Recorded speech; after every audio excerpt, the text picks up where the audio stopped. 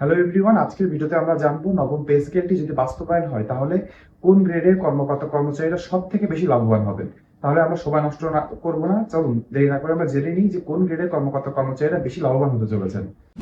আপনি এখানে একটি ফটোকার্ড দেখবেন যে ইউটিউব চ্যানেলে আমার যারা ভিডিও দেখেন তার 70% উপরের মানুষ সাবস্ক্রাইব করেন না। অন্যদিকে আমার ফেসবুক পেজ থেকে যারা দেখছেন তারা অবশ্যই ফেসবুক পেজটি ফলো করে দিবেন, কেননা আপনাদের প্রায় 95% মানুষ যারা আমার ভিডিও দেখেন তারা আমার ফেসবুক পেজকে ফলো করেন না।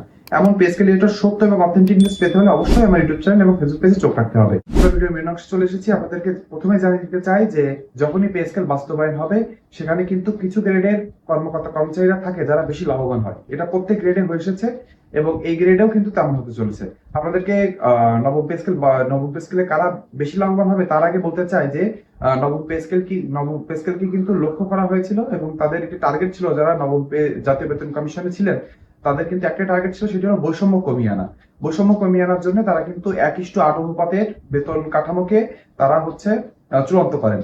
তারপরে সেটি সরকারের কাছে হস্তান্তর করেন। আমরা জানি এর আগে অর্থাৎ অষ্টম পে স্কেলে দেখা যায় 1:10 অনুপাতের বেতন কাঠামো ছিল। এই অনুপাতটা যত কমিয়ে আনা যাবে তত কিন্তু বৈষম্য কমিয়ে আনা সম্ভব হবে। আমরা আরেকটি জিনিস ভেবেছিলাম যে গ্রেড সংখ্যা যেটি 20টি রয়েছে সেটি কমিয়ে আনা হবে, কিন্তু যেহেতু অল্প সময়ের ভিতরে অন্তর্বর্তীকালীন সরকার এই জাতীয় বেতন কমিশনের কাজটি শেষ করেছে, এই জন্য তারা কিন্তু এই কাজটি করতে পারেনি। কারণ আপনি জানেন গ্রেডটি যদি কমিয়ে 10 থেকে 12টি আনা হয় তখন দেখা যাবে কোন গ্রেডের কর্মকর্তা কোন গ্রেডে আসবেন এটা নিয়ে একটি ধূম্রজাল সৃষ্টি হবে এবং অনেক আন্দোলনও হতে পারে। এজন্য কিন্তু সরকার এই কমপ্লেক্সের বিষয়ের ভিতরে না গিয়ে নতুন অন্তর্বর্তীকালীন সরকার 20টি গ্রেড বহাল রেখে 1:8 অনুপাতে একটি চূড়ান্ত সুপারিশ দিয়ে দিয়েছে। সেই সুপারিশের দিকে লক্ষ্য করলে আমরা দেখতে পাই নবম পে স্কেল যদি সুপারিশের হুবহু বাস্তবায়ন হয় তাহলে সব থেকে বেশি লাভবান হবেন 11 থেকে 20তম গ্রেডের কর্মকর্তা কর্মচারীরা। ঠিকই শুনেছেন, 11 থেকে 20তম গ্রেডের কর্মকর্তা কর্মচারীরা কিন্তু বেশি লাভবান হবেন। কেন কথা বলছি তার আগে আপনাদেরকে জানিয়ে দিই যে এখন 20তম গ্রেডের একজন সরকারি কর্মকর্তার মূল বেতন 8,250 টাকা। যদি তাদের নবম পে স্কেলটি বাস্তবায়ন হয় এবং চূড়ান্ত সুপারিশে যে মূল বেতনের কথা বলা হয়েছে সেটি হয়েছে 20,000 টাকা। তার মানে বুঝতে পারছেন প্রায় দ্বিগুণের বেশি 140% কাছাকাছি বেতন বৃদ্ধি পাবে একজন 20তম গ্রেডের কর্মচারী। তাহলে আপনি বুঝতে পারছেন যে আমরা আমাদের মূল বেতনের উপরেই কিন্তু পার্সেন্ট আকারে সকল সুযোগ সুবিধা আমরা পেয়ে থাকি। যেমন বাড়ি ভাড়ার একটি বড় পার্সেন্ট আমরা পেয়ে থাকি মূল বেতনের। মূল বেতন যখন আপনাকে বেড়ে যাবে তখন কিন্তু দেখা যাবে যে অন্যান্য সকল সুযোগ সুবিধা আপনাকে তেমন ভাবে বেড়ে যাবে, আনুপাতিক হারে বেড়ে যাবে। তেমন আপনি বাড়ি ভাড়া পাবেন। চিকিৎসা ভাতার কথা বলা হচ্ছে প্রায় 3 থেকে 5,000 টাকার ভিতরে একটি চিকিৎসা ভাতা হওয়ার কথা বলা হয়েছে। টিফিন ভাতা, ধুলাই ভাতা, যাতায়াত ভাতা অনেকাংশে বেড়ে যাবে আমাদের পূর্ববর্তী অষ্টম পে স্কেল থেকে।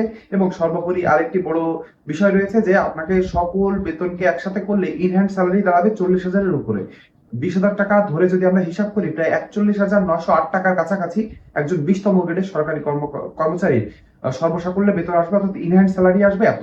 তাহলে বুঝতে পারছেন যে নিচের দিকের কর্মকর্তা কর্মচারীরা কিন্তু বেশি লাভবান হবেন, কেননা তারা কিন্তু অনেক অর্থ কষ্টে রয়েছেন। মাত্র 8,250 টাকা দিয়ে আপনি ঢাকা শহরের উপরে একটা সরকারি কর্মকর্তা কর্মচারীকে সর্বসাকুল্যে 17 থেকে 18,000 টাকা বেতন দিয়ে কোনোভাবেই তাদের পরিবারকে একসাথে থাকতে পারবেন না। পরিবারের সদস্যকে যদি 3 বেলা শুধু ভাত, আলু ভর্তা এবং ডাল দিয়ে খাওয়া হয় তাও দেখা যাবে যে 30 টাকা 40 টাকা করে বিল আসে পার পার্সন। আপনি 5-6 জন মানুষ থাকলে 200 টাকা করে পার বেলায় আপনার খাওয়ার খরচ আসে। হিসাব করলে দেখা যাবে 20,000 টাকা শুধু খাবার খরচ লাগে। তাহলে আপনি কিভাবে এই চরম মূল্যস্ফীতির বাজারে সরকারি চাকরিজীবীদের একটু ভালোভাবে রাখতে পারবেন? এই জন্য নবম পে স্কেল কিন্তু এখন অপরিহার্য হয়ে পড়েছে। শেষ অংশে আমরা জেনে নিব যে পেনশনারদের জন্য কি সুযোগ সুবিধা রয়েছে। হ্যাঁ, পেনশনারদের জন্য কিন্তু সুযোগ সুবিধা বাড়বে, কারণ আমরা জানি প্রত্যেক পে স্কেলে কিন্তু পেনশনারদের হারের পরিমাণ বেড়ে যাবে। আমরা জানতে পেরেছিলাম যে পেনশনারদের হার অবশ্যই বেড়ে যাবে এবং তারা চিকিৎসা ভাতার দিক থেকে লাভবান হবেন। অন্যান্য সরকারি চাকরিজীবীদের থেকে তাদের পেনশনের হার একটু বেড়ে যাবে, সেটি 6,000 টাকা ক্রস করতে পারে। তাছাড়া আরো আনুষঙ্গিক কিছু সুযোগ সুবিধা রয়েছে, তাদের গ্র্যাচুইটির পরিমাণও কিন্তু বাড়িয়ে দেওয়ার কথা জোর দাবি রয়েছে। এমন পে স্কেল রিলেটেড সকল ধরনের আপডেট আপনি যদি পেতে চান তাহলে আমার ইউটিউব চ্যানেলটি এবং ফেসবুক পেজটি আপনাকে সাবস্ক্রাইব করে দিতে এবং ফলো করে দিতে হবে। আজকে ভিডিও এই পর্যন্তই। সকলে ভালো থাকবেন। ধন্যবাদ।